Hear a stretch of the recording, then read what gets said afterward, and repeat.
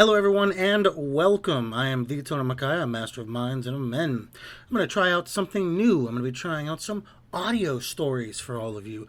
This was requested by several people, and I'm not going to title this series. It's going to be various stories, maybe even some long-form books if those do well. I'm going to be doing things from the likes of Lovecraft, Ellison, Asimov, Dick, and various others, just things I enjoy. I'd love to do some Steve Alette if permitted, if people like it, but we'll see. Either way, I don't want to make this intro too long. I'm going to be starting with something simple with HP Lovecraft's The Outsider, first published in Weird Tales in April 1926.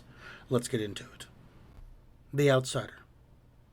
That night the Baron dreamt of many a woe, and all his warrior guests, with shade and form of witch and demon and large coffin worm, were long benightmared. Keats. Unhappy is he to whom the memories of childhood bring only fear and sadness. Wretched is he who looks back upon lone hours in vast and dismal chambers, with brown hangings and maddening rows of antique books, or upon odd watches in twilight groves of grotesque, gigantic and vine-encumbered trees that silently wave twisted branches far aloft. Such a lot the gods gave to me, the dazed, the disappointed, the barren, the broken, and yet I am strangely content and cling desperately to those sear memories when my mind momentarily threatens to reach beyond to the other. I know not where I was born, save that the castle was infinitely old and infinitely horrible, full of dark passages and having high ceilings where the eye could find only cobwebs and shadows. The stones in the crumbling corridors seem always hideously damp, and there was an accursed smell everywhere, as of the piled-up corpses of dead generations. It was never light, so that I used sometimes to light candles and gaze steadily at them for relief. Nor was there any sun outdoors, since the terrible trees grew high above the topmost accessible tower. There was one black tower which reached above the trees into the unknown outer sky, that was partly ruined and could not be ascended, save by a well-nigh impossible climb up the sheer wall, stone by stone. I must have lived years in this place, but I cannot measure the time. Beings must have cared for my needs, yet I cannot recall any person except myself, or anything alive but the noiseless rats and bats and spiders, and I think that whoever nursed me must have been shockingly aged, since my first concept of a living person was that of something mockingly like myself, yet distorted, shriveled, and decaying like the castle. To me there was nothing grotesque in the bones and skeletons that strode some of the stone crypts deep down among the foundations. I fantastically associated these things with everyday events, and thought them more natural than the colored pictures of living beings which I found in many of the moldy books. From such books I learned all that I know. No teacher urged or guided me, and I do not recall hearing any human voice in all those years, not even my own. For although I had read of speech, I had never thought to try to speak aloud. My aspect was a matter equally unthought of, for there were no mirrors in the castle, and I merely regarded myself by instinct as akin to the youthful figures I saw drawn and painted in the books. I felt conscious of youth, because I remembered so little. Outside, across the putrid moat and under the dark mute trees, I would often lie and dream for hours about what I read in the books, and would longingly picture myself amidst gay crowds in the sunny world beyond the endless forest.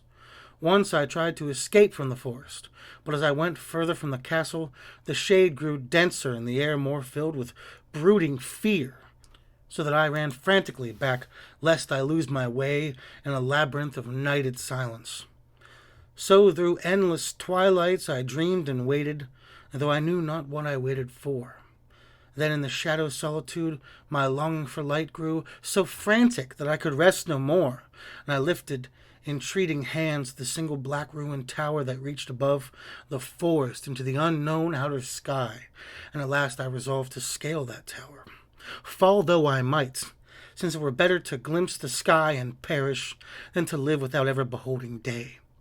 In the dank twilight I climbed the worn and aged stone stairs till I reached the level where they ceased, and thereafter clung perilously to small footholds leading upward. Ghastly and terrible was that dead, stairless cylinder of rock, black, ruined and deserted, and sinister with startled bats whose wings made no noise. But more ghastly and terrible still was the slowness of my progress, for climb as I might, the darkness overhead grew no thinner, and a new chill of haunted and venerable mold assailed me. I shivered as I wondered why I did not reach the light, and would have looked down had I dared. I fancied that night had come suddenly upon me, and vainly groped with one free hand for a window embrasure, that I might peer out and above, and try to judge the height I had attained. All at once, after an infinity of awesome, sightless crawling up the concave and desperate precipice, I felt my hand touch a solid thing. I knew I must have gained the roof, or at least some kind of floor. In the darkness I raised my free hand and tested the barrier, finding it stone and unmovable. Then came a dandly circuit of the tower, clinging to whatever holds the slimy wall could give, till finally my testing hand found the barrier yielding, and I turned upward again, pushing the slab or door with my head as I used both my hands in a fearful ascent. There was no light revealed above, and as my hands went higher, I knew that my climb was for nonce ended, since the slab was the trap door of an aperture, leading to a level stone surface of greater circumference than the lower tower. No doubt the floor of some lofty and capricious observation chamber. I crawled through carefully, and tried to prevent the heavy slab from falling back into place, but failed in the latter attempt. As I lay exhausted on the stone floor, I heard the eerie echoes of its fall, but hoped when necessary to pry it open again. Believing I was now at a prodigious height, far above the cursed branches of the wood, I dragged myself up from the floor and fumbled about for windows, that I might look for the first time upon the sky, and the moon and stars of which I had read. But on every hand I was disappointed, since all that I found were vast shelves of marble, bearing odious oblong boxes of disturbing size. More and more I reflected, and wondered what hoary secrets might abide in this high apartment, so many eons cut off from the castle below. Then unexpectedly my hand came upon a doorway, where hung a portal of stone, rough with strange chiseling. Trying it, I found it locked, but with a supreme burst of strength I overcame all obstacles and dragged it open inward. And as I did so, there came to me the purest ecstasy I have ever known. For shining tranquility through an ornate grating of iron, and down a short-shown passageway of steps that ascended from the newly found doorway, was the radiant full moon, which I had never before seen save in dreams and vague visions I dared not call memories. Fancying now that I had attained the very pinnacle of the castle, I commenced to rush up the few steps beyond the door, but the sudden veiling of the moon by a cloud caused me to stumble, and I felt my way more slowly in the dark. It was still very dark when I reached the grating, which I tried carefully and found unlocked, but which I did not open for fear of falling from the amazing height to which I had climbed. Then the moon came out. Most demonically of all shocks is that of the abysmally unexpected and grotesquely unbelievable. Nothing I had before undergone could compare in terror with what I now saw, with the bizarre marvels that sight implied. The sight itself was as simple as it was stupefying.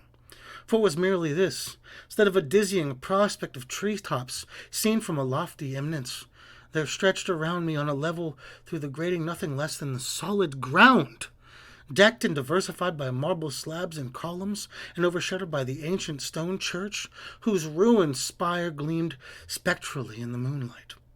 Half unconscious, I opened the grating and staggered out upon the white gravel path that stretched away in two directions. My mind, stunned and chaotic as it was, still held the frantic craving for light, and not even the fantastic wonder which had happened could stay my course. I neither knew nor cared whether my experience was insanity, dreaming, or magic, but was determined to gaze on brilliance and gaiety at all costs. I knew not who I was or what I was, or what my surroundings might be, though as I continued to stumble along, I became conscious of a kind of fearsome latent memory that made my progress not wholly fortuitous. I passed under an arch out of that region of slabs and columns, and wandered through the open country, sometimes following the visible road, sometimes leaving it curiously to tread across meadows where only occasional ruins bespoke the ancient presence of a forgotten road. Once I swam across a swift river where crumbling mossy masonry told of a bridge long vanished.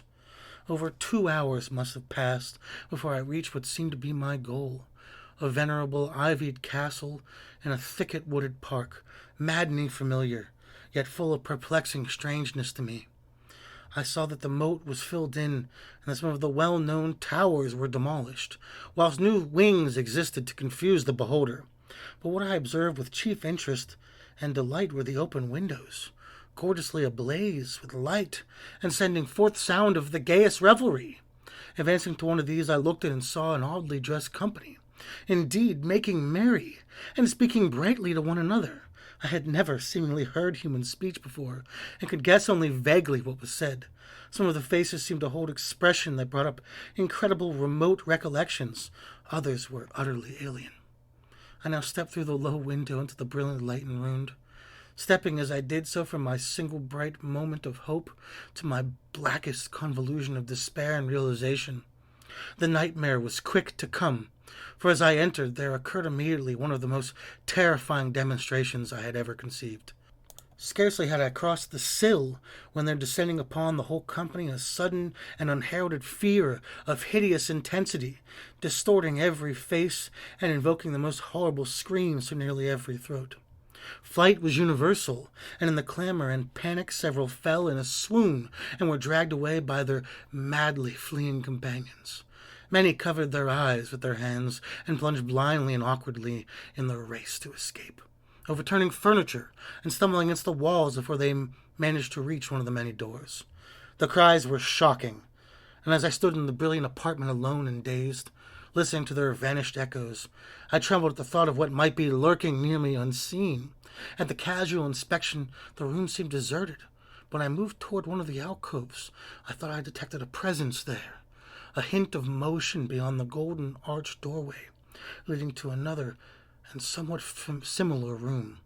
As I approached the arch, I began to perceive the presence more clearly, and then, with the first and last sound I ever uttered, a ghastly ululation that revolted me almost as poignantly as its noxiousness came, I beheld in full frightful vividness the inconceivable, indescribable, and unmentionable monstrosity which had by its simple appearance changed a merry company to a herd of delirious fugitives. I cannot even hint what it was like, for it was a compound of all that was unclean, uncanny, unwelcome, abnormal, and detestable. It was the ghoulish shade of decay, antiquity, and desolation, the putrid, dripping eidolon of unwholesome revelation, the awful bearing of that which the merciful earth should always hide. God knows it was not of this world, or no longer of this world. And to my horror I saw in its eaten away and bone-revealing outline a leering, abhorrent travesty on the human shape, and its moldy, disintegrating apparel and unspeakable quality that chilled me even more. I was almost paralyzed, but not too much so to make a feeble effort towards flight, a backward stumble which failed to break the spell in which the nameless, voiceless monster held me. My eyes, bewitched by the glassy orbs which stared loathsomely into me, refused to close, though they were mercifully blurred, and shewed the terrible object but indistinctly after the first shock. I tried to raise my hand to shut out the sight, yet so stunted were my nerves that my arm could not fully obey my will.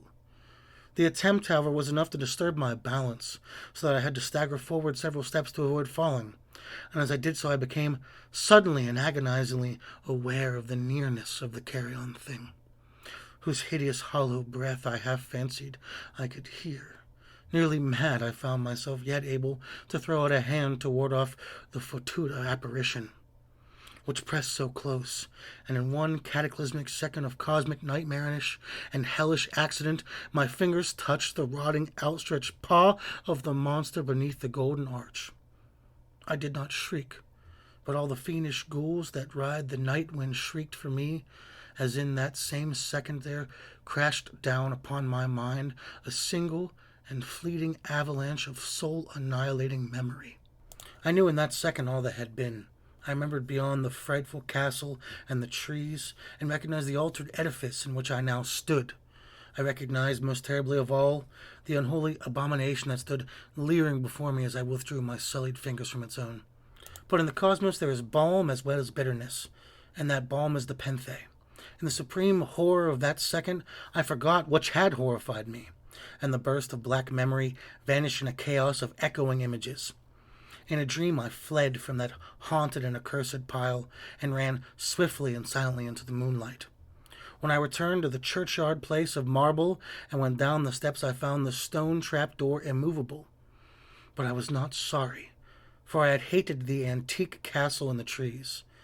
Now I ride with the mocking and friendly ghouls of the night wind, and play by day amongst the catacombs of Nepenthe in the sealed and unknown valley of Hadoth by the Nile. I know that light is not for me, save that of the moon over the rock tombs of Neb, nor any gaiety save the unnamed feasts of Nicaros beneath the great pyramid. Yet in my new wildness and freedom, I almost welcome the bitterness of alienage. For although Nepenthe has claimed me, I know always that I am an outsider, a stranger in this century and among those who are still men. This I have known ever since I stretched out my fingers to the abomination within the great gilded frame, stretched out my fingers and touched a cold and unyielding surface of polished glass.